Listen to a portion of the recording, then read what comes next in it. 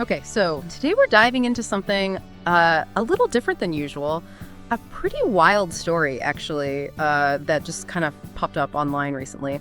And it all centers around this really bizarre encounter between Kanye West and Iggy Azalea. Apparently, it happened way back in the early 2000s when Iggy was, thinking about maybe signing with Kanye's label. But safe to say that meeting did not exactly go as No, planned. not at all. This is definitely not your typical industry meet and greet. Iggy Azalea actually talked about this whole thing on Twitch a while back, but it's making the rounds again now because Kanye himself just confirmed it all. Yeah. And the details of this meeting, they're something else. Yeah, I bet.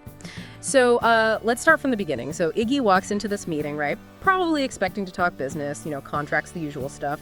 But instead, Kanye whips out this, what she called a slideshow, mood board thing. Only problem was it wasn't exactly filled with, the typical sources of artistic inspiration.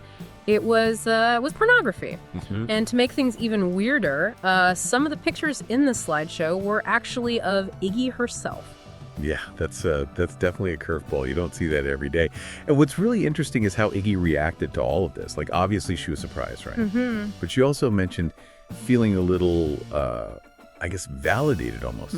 That someone she looked up to was using her image, Yeah. even if it's in such a strange and unexpected way. It really makes you think about, the complicated relationship between fame and artistic expression and where personal boundaries fit into all of that. Yeah, for sure. And I mean, honestly, being surprised and a little flattered that someone like Kanye West even knows who you are, it makes sense, right? Yeah. Especially if you're a young up-and-coming artist. But that feeling probably didn't last very long because things took an even harder left turn from there.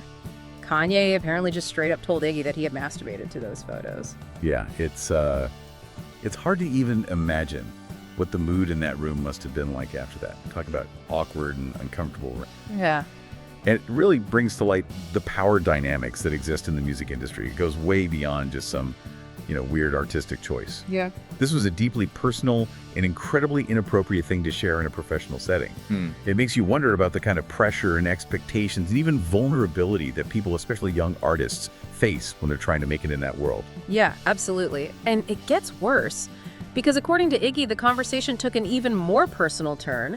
Kanye then asked her about the size of her then-boyfriend's penis. And to make it even weirder, he apparently added that he already knew it was big, like it was some kind of established fact. I mean, come on, that is so far beyond crossing the line. Yeah, no kidding. It's just a complete disregard for personal boundaries. Yeah. And it makes you think about how some people, especially those in positions of power, can develop this sense of entitlement where they think they can just ask or say anything they want. It's a good reminder that no matter who you're dealing with, you always have the right to set and enforce your own boundaries. Right, exactly. And wait, it gets weirder. The justification that Kanye apparently gave for asking about her boyfriend's penis size was that, well, if he had a large penis, it was his God-given right to sleep with multiple women. I'm like, what? I don't even know where to begin with that one. Yeah, that's a pretty unique take on anatomy and relationships, to say the least. I mean, it's one thing to have your own personal beliefs, but when those beliefs start to affect how you treat other people, that's where things get problematic. It's a good reminder to always question the logic behind an argument, no matter how strange or outlandish it might seem on the surface. There might be some deeper issues at play. Definitely. So fast forward to today, this whole story blew up again after an old Twitch stream of Iggy talking about all this started going viral. And then Kanye himself responded on X. You want to know how he confirmed it? He just wrote, "This is true," with a shrug emoji. Like, what?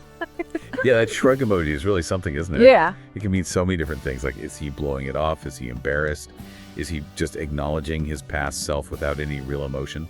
It's interesting how public figures deal with past controversies. Like, they often try to be brief and ambiguous, leaving it up to us, the public, to interpret what they actually mean. Totally.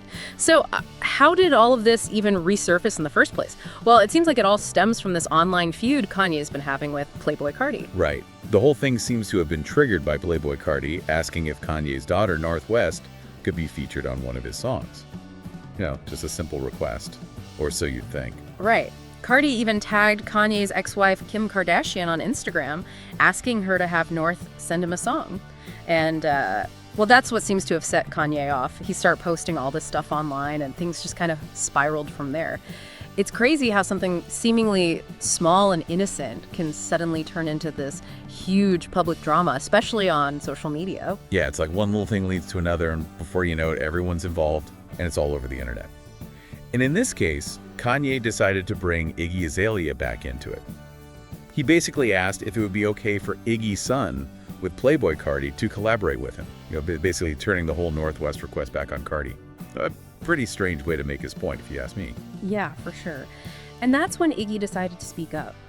She basically pleaded with Kanye to leave her son Onyx out of this whole mess. She stressed that he's just a kid, he's innocent, he shouldn't be dragged into their public feud. And she even talked about the potential long-term damage this kind of digital legacy could have on him. It's a good reminder that public figures have a responsibility to be mindful of what they say and do online. Their actions can have a real impact on the people around them, especially their children. Yeah, absolutely. Kids are especially vulnerable in the public eye. And Iggy's point about the digital legacy is so important. In today's world, what you put online can stay there forever, and they can have a real impact on your life and the lives of those around you. It's something we should all be thinking about. For sure. But unfortunately, Kanye didn't exactly back down. Instead, he doubled down. He posted that he intentionally never smashed Iggy because of Cardi, and then went on to list a bunch of other artists he claimed she'd slept with. It's like, dude, why? Why even bring that up? It just makes the whole situation even more messy and disrespectful. Right. It's such a jarring shift in the conversation. Like we were talking about a past professional encounter, then a disagreement about a kid's music collaboration, and suddenly it's all about personal accusations and spreading rumors about someone's past relationships. It really makes you wonder what his motivation was and what kind of impact this could have on everyone involved. Yeah, no kidding. And then to make things even weirder, Kanye tried to clarify his intentions in a later post. He said that he wasn't trying to slut-shame Iggy, although at first he actually wrote that he was trying to slut-shame her, but then corrected himself.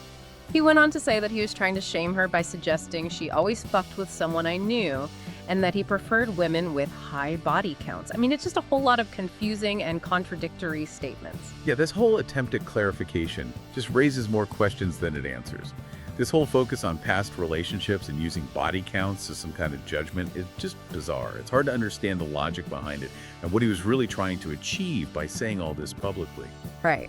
So let's recap. We started with this super strange and inappropriate meeting over a decade ago. We've got pornography, Kanye admitting to masturbating to photos of Iggy, him asking extremely personal questions about her boyfriend, stuff that should never have been discussed in that setting. And then years later, it all comes back up in this completely unrelated online fight about a kid's potential music collaboration. It's just a wild ride from start to finish. Yeah, it really is. The whole thing is just full of unexpected twists and turns, and it really highlights the crazy, unpredictable intersection of fame, personal lives, and the internet. Things that happened years ago can come back to haunt you, and private moments can become public fodder in an instant. Yeah, for real. It really makes you think about the whole concept of fame and how it affects people's personal boundaries, and how past interactions, no matter how strange or seemingly insignificant, can resurface online and have these huge unforeseen consequences. It makes you question the whole nature of celebrity and how the lines between public and private life get blurred in this hyper-connected world. Yeah, and it also makes you think about how our past actions can shape our present and future. What we do and say online can have a lasting impact, and sometimes we're forced to confront those actions years later, whether we like it or not. So I guess the question is, how do we navigate that? How do we deal with the permanence of online information and the long-term repercussions of our past selves? It's something we all have to grapple with in this digital age. Yeah, that's a lot to think about. Well, thanks for joining us for another deep dive. We'll be back next time with another fascinating look at the world around us. See you then. Bye. Bye.